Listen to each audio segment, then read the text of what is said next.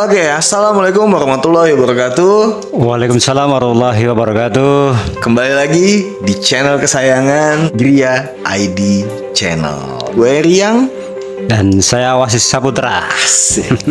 Jadi hari ini gue dan Pak Wasis mau ngobrol suatu topik yang lagi trending nih Pak Wasis. Oh iya Pak Mas Rian. Wasis. Sekarang tuh muncul lagi nih. Sebenarnya dulu pernah trending, cuman sekarang lagi muncul lagi aja nih. Apa itu Mas Rian? Tentang perdukunan. Dukun beranak. Dulu kalau nggak salah, setahu saya tuh ada namanya dukun AS ya. Oh iya dulu Itu Pak Wasis itu ya. hampir difilmin tuh kalau nggak salah.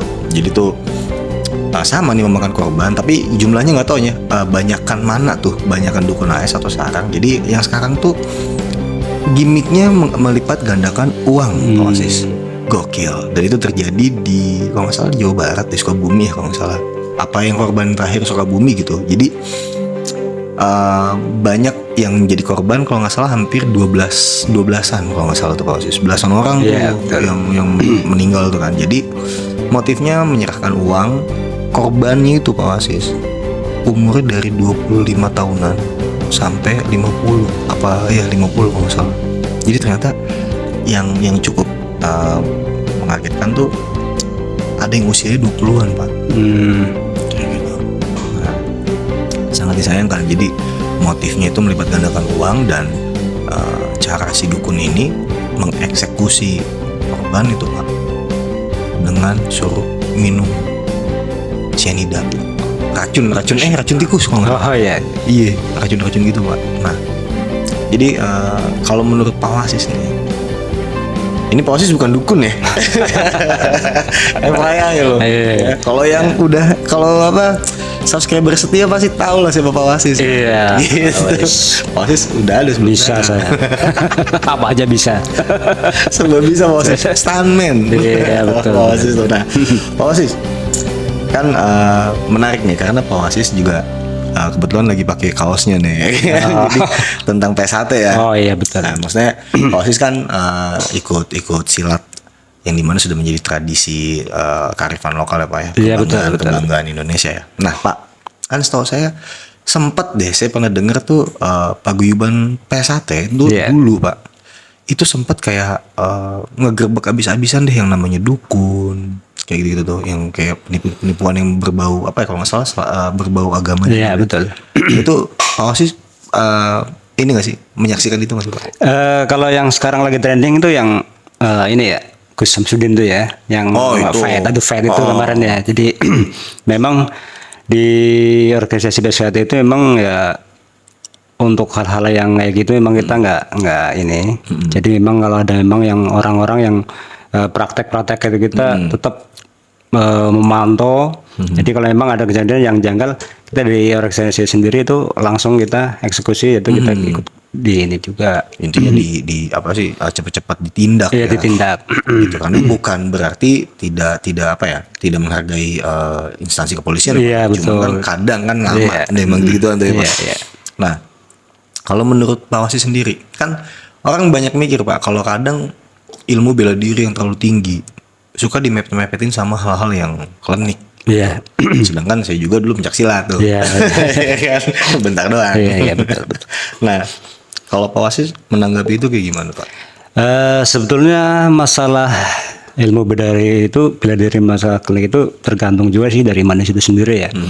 Kalau saya sendiri untuk latihan pencak silat itu sebenarnya di samping untuk olahraga ya kan, karena namanya juga pencak silat ya. Pencak silat itu sebenarnya maknanya itu pendidikan cara silaturahmi itu sebenarnya ya, pendidikan cara silaturahmi itu sebetulnya. Kalau dari saya pribadi itu kalau dilipat masalah klinik sebenarnya enggak juga sih ya.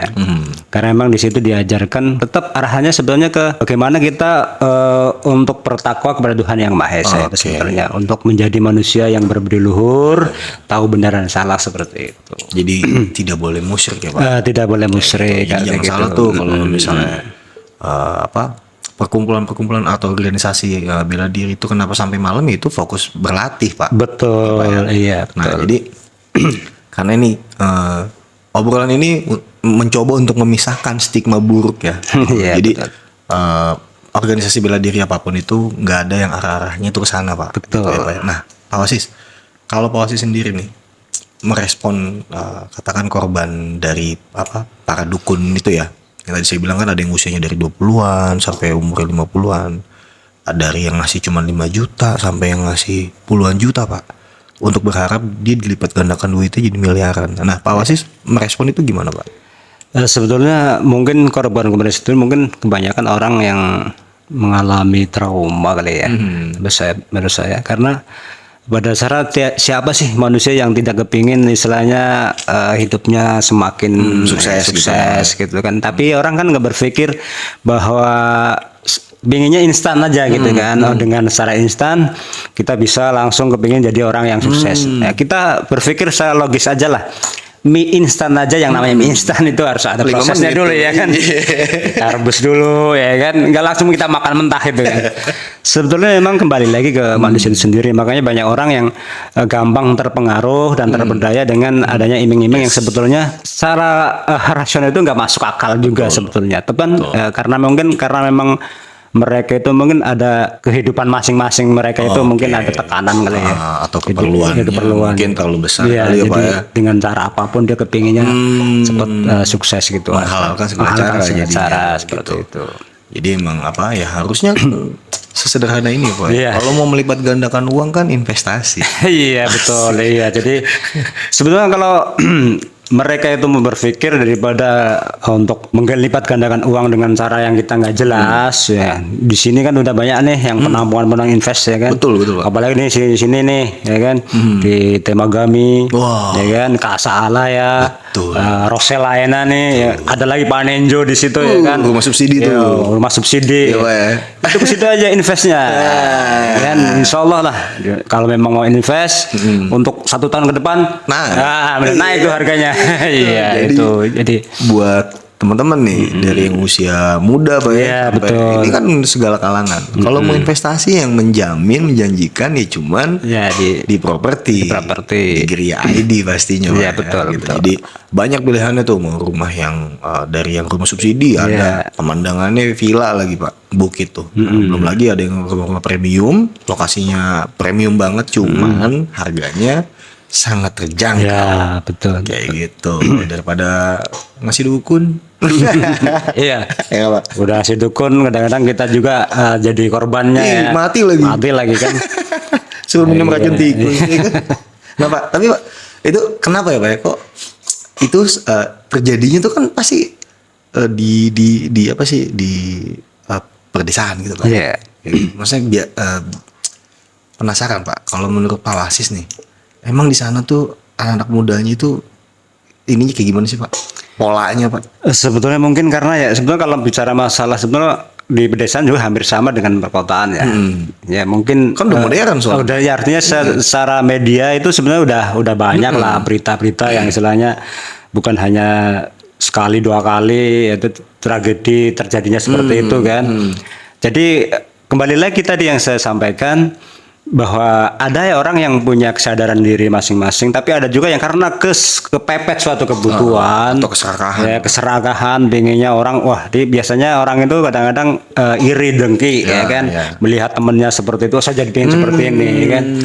Akhirnya timbullah ada orang yang masuk ke situ ya dengan ya kita sama juga sebenarnya ilmu marketing juga sebetulnya.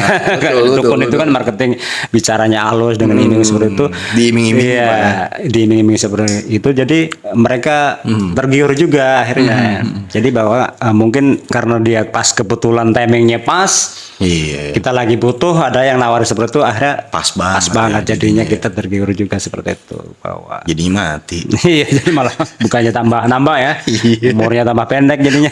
Pendek gitu, hilang ya. Kan yang kasihan kalau gitu keluarga, Pak. Kasihan jadi yang keluarganya kayak gitu. Dan yang diutangin juga ya nggak bisa apa-apa tuh udah meninggal gitu. Betul. Nah, mungkin ini kali, Pak ya,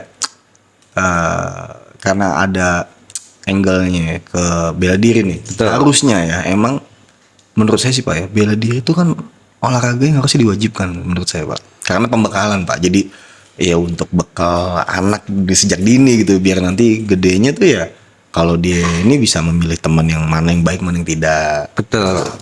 Kan pasti gitu. Sebetulnya memang ya kalau dulu orang tua zaman dulu itu sebenarnya punya pikiran kalau kita bener, insya Allah nggak apa-apa. Tapi balik lagi sekarang kondisinya bener, ataupun kita nggak melakukan apa karena kejahatan kalau ada kesempatan. Bener Pak. Jadi memang bagi saya itu memang kita sebagai apalagi kita perantau dan harus mempersiapkan punya bela diri lah. Iya, bekal Pak. Bekal ya untuk bekal bela diri, karena memang sebenarnya menurut saya sih memang harus wajib. Karena dimanapun berada kita namanya kecelakaan ya kan, kejahatan itu kita nggak bisa tahu kapan datangnya. Jadi kita kalau udah punya jaga-jaga diri kan, insya Allah lah mudah-mudahan kita masih bisa inilah. Betul. Jadi ya maksudnya justru malah bukan takabur Pak ya. Iya, bukan. Tetap ya, yang namanya bela diri itu kan prinsip utamanya itu kebugaran. betul. Kebugaran, kesehatan. Jadi kalau pikiran sehat, badan sehat ya kan, pasti kehidupannya sehat. Insya Allah ya semua jadi sehat lah. Jadi kalau bengong nggak lagi mikir instan tuh. Iya. Mie aja dimasak dulu 2 menit. Iya. Jadi Bisa balik sih. lagi tuh ya. Gimana tuh Pak? Ya artinya gitu, kalau kita sehat dengan bela diri itu sendiri, yang tadi jiwa yang sehat, jasmani yang sehat, yang kuat, insya Allah dari hal-hal yang tadi, yang ada orang-orang yang mengiming-imingin masalah, pengen melipat gandakan uang. Kalau kita sehat, pikiran kita kuat kan, tidak gampang tergoda seperti itu. Malah kamu bisa nangkep dia. Iya, kita bisa. Jadi kita nggak gampang Iya ngebayang. kan Pak ya? Iya. Karena kan pasti ininya orang kalau udah bela diri itu kan sense-nya Terutama beda. mentalnya sih. Iya, mentalnya udah tuh. terbentuk, insya Allah nggak gemeteran, Iya, gitu. nggak bengong ya Pak ya. Jadi kayak susah orang di notisnya. di hipnotisnya nggak bisa. gitu. Nah gitu. Pak Osis ini thank you banget nih atas waktunya yang udah ngobrol-ngobrol nih. Jadi mudah-mudahan sehat selalu buat Pak Osis. Amin, keluarga. amin. Dan semoga Pak Osis juga bisa gerilya nih, bisa melatih anak-anak muda nih Siap. di bela diri pencak silat Iya. sate ya Pak. Iya betul. Tuh legend tuh. Oke Pak Osis, thank you banget nih waktunya. Buat teman-teman jangan lupa untuk like, share, komen, subscribe, nyalakan juga tombol notifikasinya, dan follow Instagram GriaID di @gria.id dan TikToknya juga di @gria.id. Kalau gitu gue Riang. Saya Wasis Saputra. See you next episode. Pamit undur diri. Assalamualaikum warahmatullahi wabarakatuh. Waalaikumsalam warahmatullahi wabarakatuh.